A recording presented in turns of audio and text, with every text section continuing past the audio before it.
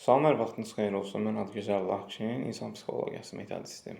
Bu aralar əksər psixoloji mövzuları şeirlə əvəz etmə kimi düşüncə tərzi yaranıb ki, bəlkə də psixoloji olaraq ruhu rahatladan budur.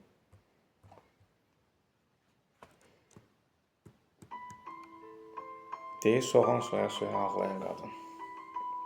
Ömrün də soğan kimi acıdır, acı. Mələksən qırılıb, qolun, qanadın, dərdi verən Allah da verir əlacı. Gözündən süzülən yaşı kim sinər? Yaş dediyin nədir? Acısı. Bir şirin öpüşlə başlar sevgilər.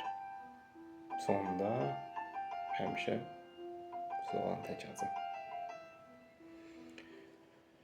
O öpüş yandırmaz dodaqlarını, soyuyub, od olub o qucaq indi.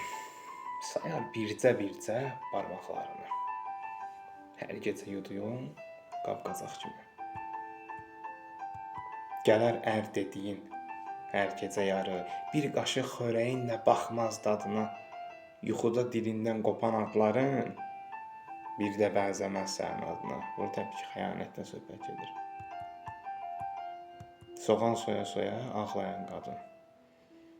Gözünün yaşını silə bilmərəm, neynəyim mən sənə özgəyəm, yadam. Neynəyim, mən yanına da gələ bilmərəm. Yəni burada özgəsən, yadsan, təsvir edirsən, amma gedib göz yaşını silənmərsən. Bir sevgi gəzirəm dünyada məndə.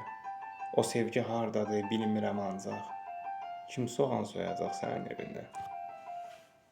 Soğan soya kim ağlayacaq?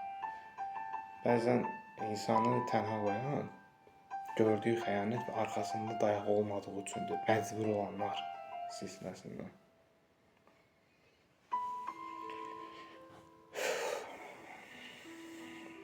Çalışın siz olun.